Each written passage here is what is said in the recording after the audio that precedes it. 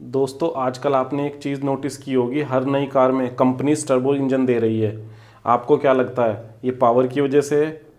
लेकिन खेल कुछ और है। इसका असली रीज़न पावर नहीं, असली खेल है टैक्स का। इंडिया में कार्स पर जीएसटी स्लैब फिक्स है। स्मॉल कार्स जो अप्रोक्स 4 मीटर से कम होती है उन पर 28% जीएसटी प्लस 1% सेस लगता है। अगर पेट्रोल इंजन 1200 सीसी तक है और कार 4 मीटर से छोटी है तो टोटल टैक्स लगभग 29% के आसपास रहता है।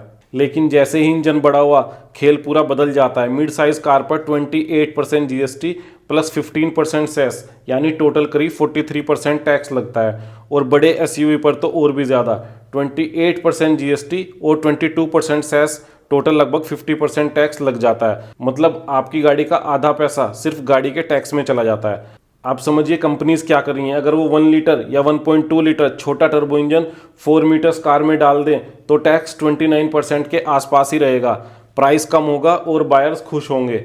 लेकिन वही कार बड़ा इंजन लेकर आए तो टैक्स 43% या 50%, प्राइस अचानक बहुत बढ़ जाएगा। इसलिए कंपनी छोटे इंजन प्लस टर्बो का फॉर्मूला यूज कर रही है ताकि पावर भी मिले और टैक्स भी कम लगे। सीधी बात, टर्बो सिर्फ परफॉर्मेंस के लिए नहीं है, सर्वाइवल के लिए भी है। दूसरा सबसे बड़ा कारण है पोल्यूशन नॉर्म्स। इंडिया में पोल्यूशन कंट्रोल करने के लिए गवर्नमेंट ने कुछ रूल्स बनाए हैं जिन्हें कहते हैं Bharat stage emission norms, short में बीएस नॉर्म्स। अभी इंडिया में जो लेटेस्ट रूल लागू है वो BS6 नॉर्म्स यानी भारत स्टेज 6, और 1 अप्रैल 2020 से इंडिया में बिकने वाली हर नई कार का BS6 कंप्लाइंट होना मैंडेटरी है। मतलब अगर कार BS6 रूल फॉलो नहीं करती है तो वो सेल नहीं हो सकती है। अब सवाल आता है BS6 इतना स्ट्रिक्ट क्यों है। BS6 का मेन गोल है पोल्यूशन को कम करना, जैसे carbon monoxide, hydrocarbon, nitrogen oxides, particulate matter, इन डेंजरस गैसों को लिमिट में रखना कंपलसरी है। और अगर हम BS4 को BS6 से कंपेयर करें तो ये बहुत ही ज़्यादा टफ है। BS4 से BS6 तक आने के लिए डीजल इंजन में नाइट्रोजन ऑक्साइड एमिशन लगभग 70% तक कम करना पड़ा और पेट्रोल इंजन में नाइट्रोजन ऑक्साइड करीब 25% कम करना पड़ता है। और पार्टिकुलेट पोल्यूशन तो डीजल में 80% तक कम करना पड़ता है। यानी साफ साफ अब इंजन पावरफुल होना काफ़ी नहीं है, क्लीन होना भी ज़रूरी है। अब एंट्री होती है टर्बो की।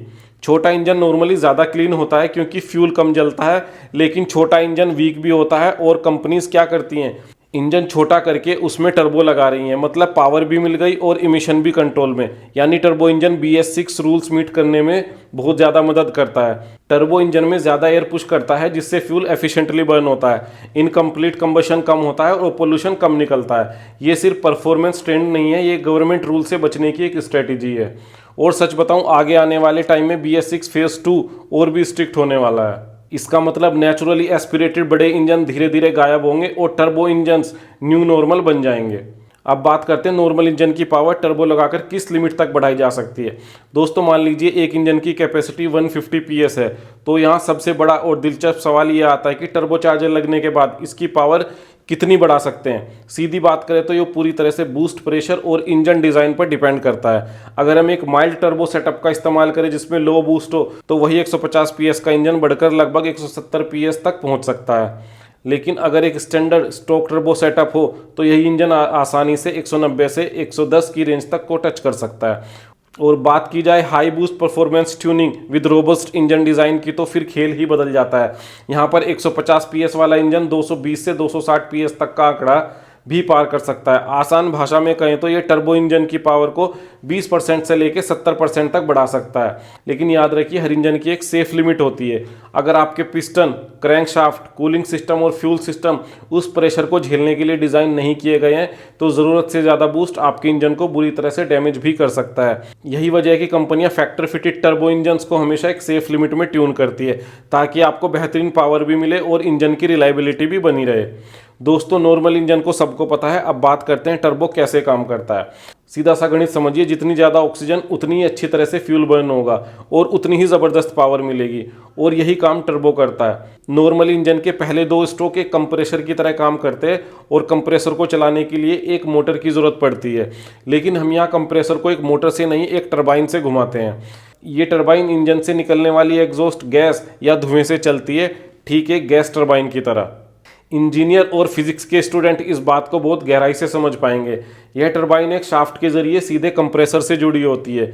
जैसे ही एग्जॉस्ट गैस टरबाइन को घुमाती है, कंप्रेसर भी घूमने लगता है और फ्रेश एयर को सक करके उसको कंप्रेस करना शुरू कर देता है और इसी कंप्रेस्ड एयर को सिलेंडर में भेजकर ज़्यादा पावर जनरेट की जाती है। लेकिन दोस्तों यहाँ कहानी ख़त्म नहीं होती है। हवा जब कंप्रेस होती है तो वह बहुत गर्म हो जाती है। गर्मी की वजह से हवा की डेंसिटी कम हो जाती है, जिसका मतलब है कि उसमें ऑक्सीजन की क्वांटिटी भी कम हो जाती है, जिससे हमारा फ्यूल कम बर्न होगा। इसी समस्या को सुलझाने के लिए काम आता है इंटरकूलर। यह गर्म कंप्रेस्ड एयर को ठंडा करता है ताकि वह इस्तेमाल के लायक हो सके और इंजन को भरपूर ऑक्सीजन मिल सके। सिंपल वर्ड्स में बोलो तो इंजन का आधा काम तो टर्बो पहले ही बाहर निपटा देता है, क्योंकि अब हवा बहुत ही ज़्यादा और हाई प्रेशर पर अंदर जा रही है तो कंबशन भी बड़ा होगा। नतीजा आपको मिलती है ज़बरदस्त पावर और टॉर्क, वो भी छोटे इंजन से। दोस्तों अब बात करते हैं किस इंजन की परफॉर्मेंस और माइलेज ज़्यादा होता है। अगर आपको तेज़ रफ्तार और हाईवे पर बस एक हल्का सा गैप दिखे और आप चुटकियों में बाकी गाड़ियों से आगे निकलना चाहते हो तो ऑनेस्टली टर्बो आपके लिए बना है, क्योंकि टर्बो इंजन में जो पावर मिलती है वो धीरे धीरे नहीं आती, वो आती है अचानक एक झटके में, एक स्ट्रॉन्ग पुश के साथ। जैसे ही आप एक्सीलेटर दबाते हो गाड़ी बस सोचती नहीं है, भागती है। और यही रीज़न है कि ओवरटेकिंग इतना आसान लगने लगता है। जहां पहले आप प्लानिंग करनी पड़ती थी, अब सिर्फ टाइमिंग चाहिए, वो पंची पिकअप और इंस्टेंट सर्ज। ये फील आपको सिर्फ टर्बो इंजन में ही मिलती है। लेकिन अब आता है कहानी में एक ट्विस्ट। माइलेज यहाँ गेम बदल जाता है। हाईवे पर सरप्राइजिंगली टर्बो इंजन बहुत अच्छा माइलेज दे सकते हैं, क्योंकि वहाँ इंजन को बार बार जोर लगाना नहीं पड़ता, स्पीड स्टेबल रहती है और टर्बो एफिशिएंटली काम करता है। लेकिन जैसे ही आप सिटी ट्रैफिक में आते हो, बार बार ब्रेक एक्सेलेटर, यहाँ टर्बो थोड़ा थर्स्टी हो जाता है। अक्सर सिटी में टर्बो इंजन का माइलेज अन्य इंजन के मुकाबले कम हो जाता है। अब बात करते हैं आपके लिए कौन सा इंजन बेस्ट हो सकता है। अगर आप ऐसी गाड़ी चाहते हैं जो सालों साल बिना किसी परेशानी के चले, तो नेचुरल एस्पिरेटेड या नॉर्मल इंजन एक भरोसेमंद साथी है। ये इंजन सीधा साधा होता है, नो ड्रामा टाइप। हवा खुद खींचता है बिना किसी एक्स्ट्रा मशीन के। No turbo, no extra pressure, मतलब स्मूथ पावर, लीनियर पिकअप। अब एक्सेलेटर दबाओ और ऑक्सीजन उतनी ही रेस्पॉन्ड करेगी। No surprise, no sudden push, city driving में butter smooth, tension free, maintenance low और रिलायबिलिटी टॉप क्लास। इसीलिए पुराने लोग कहते हैं simple engine long life engine. लेकिन वहीं अगर आपको ड्राइविंग का शौक है और आप चाहते हैं कि एक्सेलेटर दबाते ही गाड़ी रॉकेट की तरह भागे, तो टर्बो इंजन आपके लिए बना है। ये वो है जो छोटी सी कैपेसिटी में छुपा कर रखता है ज़बरदस्त पावर। जैसे ही टर्बो एक्टिव होता है, अचानक से एक ज़ोरदार पुश मिलता है और उस मोमेंट पर आपको लगता है बस अब कोई नहीं रोक सकता। पहले जहां आपको ओवरटेक के लिए सोचना पड़ता था, गैप देखना पड़ता था, टर्बो के साथ साथ बस एक्सेलेटर दबाओ और निकल जाओ। और हाईवे पर 80-100 की स्पीड पर अगर सामने अचानक कोई ट्रक आ जाए तो घबराहट नहीं होती, क्योंकि आपको पता है आपकी गाड़ी में दम है। इसलिए कहते हैं टर्बो इंजन हाईवे का असली राजा है।